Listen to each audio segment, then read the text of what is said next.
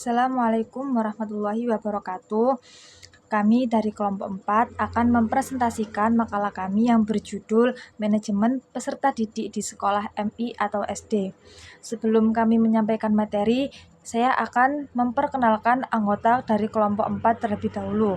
Yang pertama yaitu saya sendiri, Siti Aisyah Lutfiani Wasesa dengan nomor NIM akhir 098. Selanjutnya yang kedua yaitu Aida Fatia Ramadhani Ahmad dengan nomor NIM akhir 002. Dan yang terakhir yaitu Ahmad Adi Slamet Ramadan dengan nomor NIM akhir 085. Selanjutnya, saya akan menyampaikan materi yang pertama. Pertama, saya akan menjelaskan pengertian dari peserta didik. Apa itu peserta didik? Secara etimologi, peserta didik merupakan anak didik yang mendapatkan pengajaran ilmu. Sedangkan secara terminologi, peserta didik adalah anak didik atau individu yang mengalami perubahan perkembangan sehingga masih memerlukan bimbingan dan arahan dalam membentuk kepribadian serta sebagai bagian dari struktural proses pendidikan. Jadi, mereka merupakan individu yang memiliki karakteristik yang unik, kebutuhan belajar spesifik seperti bermain dan bergerak, seperti perlu dibimbing untuk tumbuh menjadi pribadi yang dewasa dan bertanggung jawab. Materi yang selanjutnya akan disampaikan oleh teman saya. Materi selanjutnya yaitu tujuan manajemen peserta didik.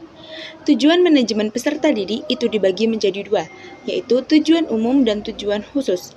Tujuan umum peserta didik adalah sebagai mengatur kegiatan peserta didik agar kegiatan tersebut dapat menunjang proses belajar mengajar di sekolah, sehingga proses belajar mengajar itu dapat berjalan dengan lancar, tertib, dan teratur, dan dapat memberikan kontribusi bagi pencapaian tujuan sekolah dan tujuan pendidikan secara keseluruhan.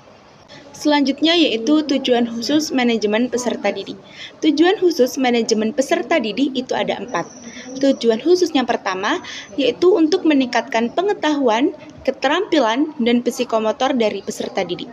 Tujuan yang kedua yaitu untuk menyalurkan dan mengembangkan kecerdasan peserta didik, bakat, dan juga minat dari peserta didik. Tujuan yang ketiga yaitu menyalurkan aspirasi, harapan, dan dapat memenuhi kebutuhan peserta didik.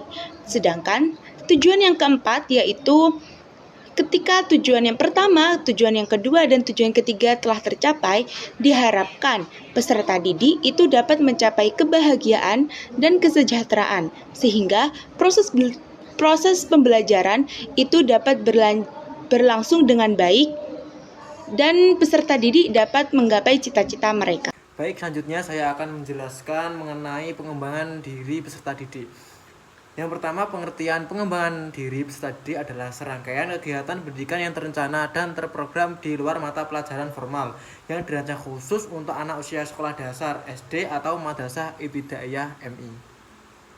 Kemudian selanjutnya ada manfaat pengembangan diri peserta didik. Manfaat pengembangan diri peserta didik ada dua macam, yaitu yang pertama ada manfaat umum, yang kedua ada manfaat khusus.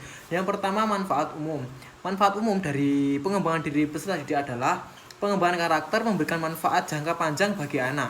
Mereka akan memiliki landasan moral yang kuat yang membantu mereka menghadapi berbagai tantangan di masa depan. Manfaat yang kedua yaitu manfaat khusus, yaitu manfaat khusus bagi pengembangan diri bagi peserta didik sangat beragam dan signifikan dalam membentuk individu yang berpotensi dan berkarakter. Baik, selanjutnya yaitu ada ruang lingkup manajemen peserta didik.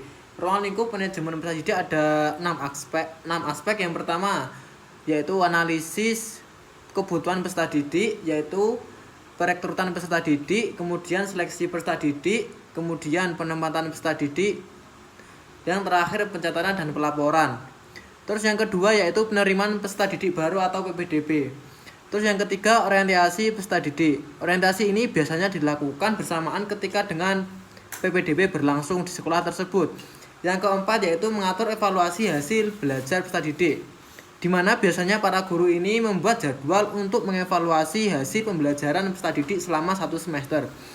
Kemudian 5, mengatur kenaikan tingkat peserta didik. Dan yang terakhir yaitu kode etik, pengadilan hukum, dan disiplin peserta didik. Selanjutnya yaitu metode efektif dalam pengembangan diri. Metode metode ini dibagi menjadi 4 aspek. Yang pertama, cerita inspiratif. Cerita inspiratif ini sebagai media pembelajaran yang efektif dan menyenangkan.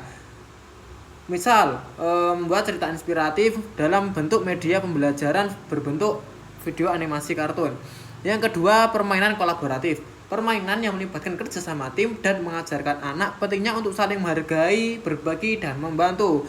Yang kedua ini juga membantu peserta didik untuk melatih kolaboratif mereka dengan bekerja sama tim. Yang ketiga yaitu ada diskusi kelompok. Diskusi kelompok ini juga melatih anak untuk mendengarkan pendapat orang lain dan menyampaikan pendapatnya dengan sopan. Misalnya melakukan sesi tanya jawab antara kelompok satu dengan kelompok yang lainnya. Yang terakhir yaitu ada kegiatan ekstrakurikuler. Kegiatan ini meningkatkan rasa percaya diri dan kemampuan bersosialisasi. Biasanya kegiatan ekstrakurikuler ini di sekolah ada beberapa macam yang bertujuan untuk meningkatkan perkembangan psikomotor di dalam peserta didik tersebut.